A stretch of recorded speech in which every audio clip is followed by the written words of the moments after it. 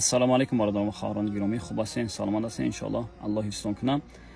История як шахсият ҳозир суҳбат мекунем камакак.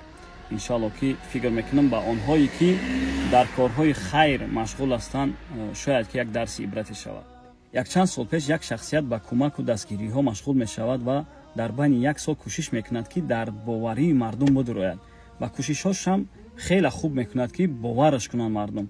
Ва дар ҳамин байни як сол кӯшишҳош бениҳоят хуб мешавад.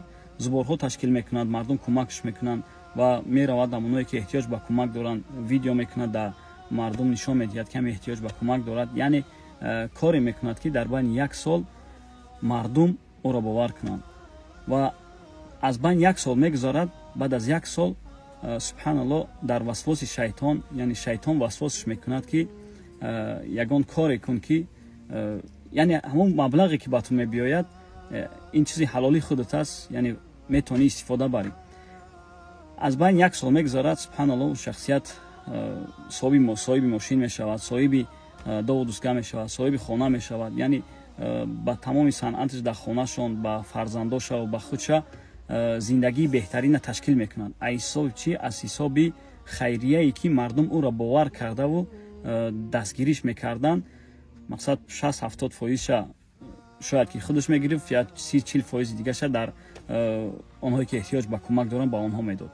ва дери нагузашта аз байни як сол, як ним сол мегузарад ки субҳаналлоҳ як фарзандаш бемор мешавад. як фарзандаш бемор мешавад.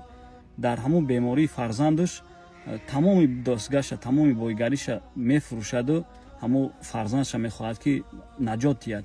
не ки аллоҳ субҳанаҳу ва таоло фарзандша мегирад, фарзандаш бенатиҷа аз дунё мегузарад, бе ягон асос. ва духтурҳо ҳам мекобанд, дардша намеёбанд. аз байни як моҳ мегузарад ки дуюм фарзандаш ҳамихе касал мешаваду ва инам бурда дар духтурхона нишон медиҳад ки бемор аст, касал аст, чӣ кор кунем, табобатша вай кунед. субҳаналлоҳ, табобатша, дардша намеёбад, ягон духтур намеёбад. аз байни 2 моҳ ё 3 моҳ мегузарад ки фарзанди дуюмшам аз даст метиҳад. дӯстони азиз, як моҳ баъд Аллоҳ як дарде ба ӯ метиҳад ки табобат нашаванда аст, яъне касали рак 4 степенаш. Аллоҳ шоҳид аст, тамоми бойгариша, тамоми дову дустгаша, тамоми он чизе ки ай кори хайр ба ӯ омада буд, ҳамаш меравад. дар байни 6 моҳ аз байн меравад. субҳаналлоҳ, мезанад ба ҷомаву ҷога. имрӯз як сол пеш, субҳаналлоҳ, ӯ ба лексуси 570 мегашт аз ҳисоби мардуме ки ӯро бовар кардану амоната доданаш ва ӯ хиёнат кард. имрӯз ӯ дар кайласка аст. як сол пеш дар лексуси 570 буд ва имрӯз дар кайласка аст. аллоҳ нусрата додаш ва аллоҳ нусрата гирифташ ва беоб рӯш кард. субҳаналлоҳ, фарзандоша аз дасташ гирифт, занаш биромад бирафт.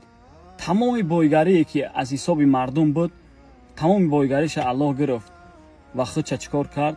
як касалеро гирифтор кард ки табобат нашавандаву ба ҷомаву ҷога ки ҳамун хеле ки мардум бовараш карданд, чӣ карданд, ҳамун хел страдат кунаву дар кунҷи девол ба ёд биёра ки бин ки ман чӣ қудратҳо дорам.